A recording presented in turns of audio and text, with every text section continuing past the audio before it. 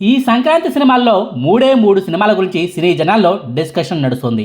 Raja Saab cinema flop టాక్ను తెచ్చుకుంది కాబట్టి అసలు ఈ సినిమా గురించే సినీ ఆడియన్స్ మాట్లాడుకోవటం మానేశారు. ప్రభాస్ అభిమానుల నుంచి మాత్రమే ఇప్పటికీ ఈ సినిమాకు కాస్తో కోస్తో కలెక్షన్లు వస్తున్నాయి. ఇక రవితేజ గారి భర్త మహాశైలకు విజ్ఞప్తి అనే సినిమా బాగానే ఉన్నప్పటికీ కలెక్షన్లు మాత్రం పెద్దగా రావటం లేదు. ఓవైపు చిరంజీవి గారి సినిమా బాక్స్ ఆఫీస్ను షేక్ చేస్తుంటే, మరోవైపు శర్వానంద్, నవీన్ పులిశెట్టి గారు తమ సినిమాలతో చిరంజీవి గారి సినిమాకు గట్టి పోటీనిస్తున్నారు. ఈ మూడు సినిమాల మధ్యన రవితేజ గారి భర్త మహాశైలకు విజ్ఞప్తి అనే సినిమా నలిగిపోతుంది. అందుకే కంటెంట్ పరంగా పర్లేదనిపించుకున్నప్పటికీ రవితేజ గారి సినిమాకు కలెక్షన్లు పెద్దగా రావడం లేదన్నది వాస్తవం. అయితే ఈ 5 సినిమాలకు ఆదివారం వరకు కలెక్షన్లు బాగానే వచ్చాయి. ఆయా సినిమాల హిట్ స్థాయిని బట్టి సంక్రాంతి సెలవుల్లో ఈ 5 సినిమాలకు టికెట్లు బాగానే తిగాయి. అయితే సోమవారం నుంచి వర్కింగ్ డేస్ స్టార్ట్ అయ్యాయి కాబట్టి, పండుగ హడావిడి తగ్గింది కాబట్టి ఖచ్చితంగా అన్ని సినిమాలకు కలెక్షన్లు డ్రాప్ అవుతాయని, పడిపోతాయని అంతా ఊహించారు. అయితే అందరు ఊహలకు తగినట్టుగానే సోమవారం అన్ని సినిమాలకు కలెక్షన్లు భారీగా పడిపోయాయి. చిరంజీవి గారి సినిమాతో మొదలుపెట్టి రాజాసాబ్ సినిమా వరకు అన్ని సినిమాల కలెక్షన్లు సోమవారం నాడు పడిపోయాయి. అయితే సోమవారం ఏ సినిమాకు ఎన్ని కోట్ల కలెక్షన్లు వచ్చాయి, ఏ సినిమాకు ఎన్ని కోట్ల కలెక్షన్లు తగ్గిపోయాయి, ఏ సినిమాకు ఎక్కువ కలెక్షన్లు పడిపోయాయి అన్న వివరాలను ఈ వీడియోలో క్లియర్గా చెప్పుకుందాం. మొదటగా ప్రభాస్ గారి రాజాసాబ్ సినిమా కలెక్షన్ల వివరాల్లో వెళ్ళిపోదాం. ఈ సినిమా విడుదలయ్యి నిన్నటికి సరిగ్గా 11 రోజులు పూర్తయింది. ఆదివారం వరకు కూడా ఈ సినిమాకు కనీసం ₹1.5 కోటి పైగానే కలెక్షన్లు వచ్చాయి. ఆదివారం ఈ సినిమాకు ₹1,86,00,000 షేర్ కలెక్షన్ రాగా, సోమవారం మాత్రం ఈ సినిమాకు ప్రపంచవ్యాప్తంగా అన్ని ఏరియాలో కలిపి అక్షరాల ₹51,00,000 షేర్ కలెక్షన్ మాత్రమే వచ్చాయి. అంటే ఆదివారం వచ్చిన కలెక్షన్లతో పోల్చితే సోమవారం నాడు ఏకంగా ₹1,35,00,000 షేర్ కలెక్షన్ రాజాసాబ్ సినిమాకు తగ్గిపోయాయన్నమాట. పావు వంతో 50% కాదు, ఏకంగా 70% వరకు కలెక్షన్లు రాజాసాబ్ సినిమాకు ఆదివారం నాడుతో పోల్చితే సోమవారం నాడు పడిపోయాయి. రానున్న రోజుల్లో ఈ సినిమాకు కలెక్షన్లు మరింతగా తగ్గిపోవడం ఖాయం. ఇక మొత్తం 11 రోజుల్లో కలిపి ఈ సినిమాకు ప్రపంచవ్యాప్తంగా అన్ని ఏరియాలో కలిపి అక్షరాల ₹119,20,00,000 షేర్ కలెక్షన్లు వచ్చాయి. అలాగే ₹225 కోట్ల వరకు గ్రాస్ కలెక్షన్లను రాజాసాబ్ సినిమా 11 రోజుల్లో రాబట్టింది. ఈ సినిమాకు డిస్ట్రిబ్యూటర్లు అక్షరాల ₹207 కోట్ల పెట్టుబడి పెట్టారు. ప్రమోషన్ ఖర్చులతో కలిపి ఈ సినిమాకు అక్షరాల ₹209 కోట్ల రావాల్సింది. అయితే ఈ సినిమాకు 11 రోజుల్లో వచ్చిన కలెక్షన్లు తీసిస్తే ఇంకా ఈ సినిమాకు అక్షరాల ₹89,80,00,000 కలెక్షన్లో రావాల్సిందనమాట. ఇది రాజాసాబ్ సినిమా కలెక్షన్ల లెక్కల పరిస్థితి. ఇక ఈ సినిమా తర్వాత భర్త మహాశైలకు విజ్ఞప్తి అనే సినిమా కలెక్షన్ల వివరాలకు వెళ్ళిపోదాం. భర్త మహాశైలకు విజ్ఞప్తి అనే సినిమా విడుదలయ్యి నిన్నటికి సరిగ్గా 7 రోజులు పూర్తయింది. 6వ రోజు ఆదివారం నాడు ఈ సినిమాకు ప్రపంచవ్యాప్తంగా అన్ని ఏరియాలో కలిపి అక్షరాల ₹1,37,00,000 షేర్ కలెక్షన్ వచ్చాయి. అయితే సోమవారం నాడు ఈ సినిమాకు కలెక్షన్లు దారుణంగా పడిపోయాయి. సోమవారం 7వ రోజు నాడు ఈ సినిమాకు ప్రపంచవ్యాప్తంగా అన్ని ఏరియాలో కలిపి అక్షరాల ₹26,00,000 షేర్ కలెక్షన్ మాత్రమే వచ్చిన పరిస్థితి.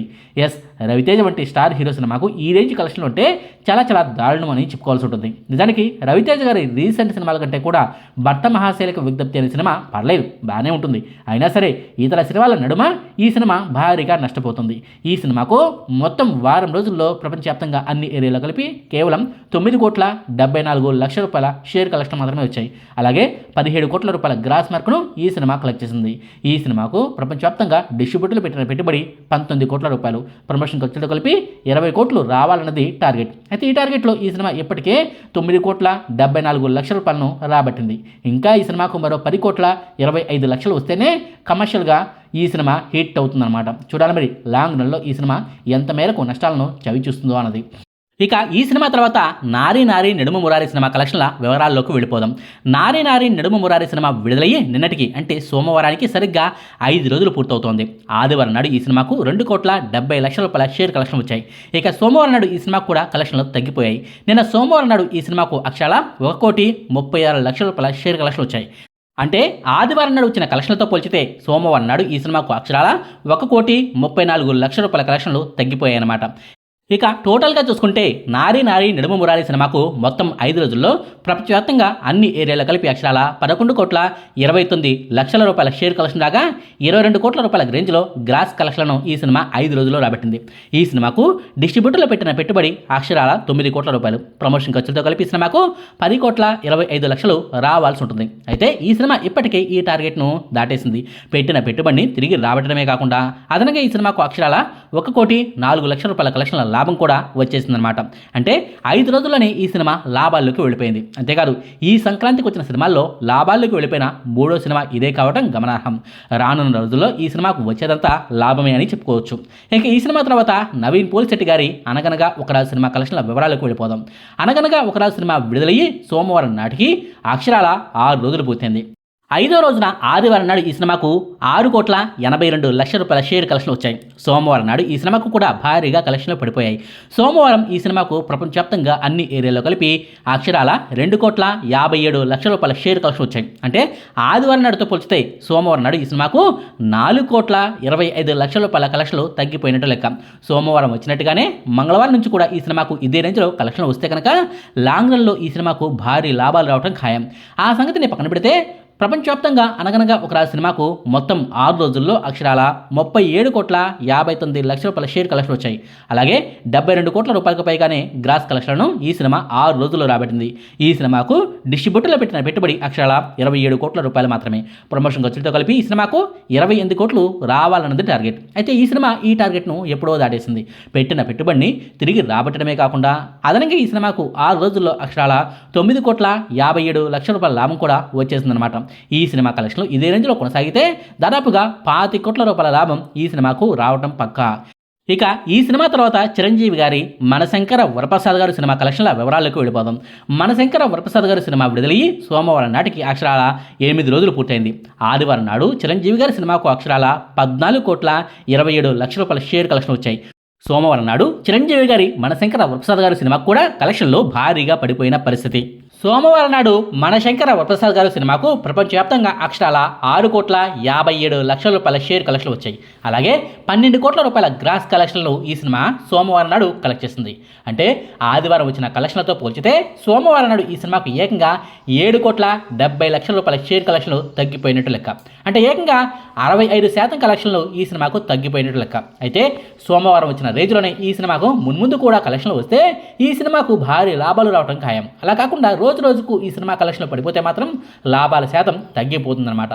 ఆ సంగతిని పక్కన పెడితే ఈ సినిమా విడుదలయ్యి సోమవారం నాటికి సరిగ్గా 8 రోజులు పూర్తయినట్టు లెక్క.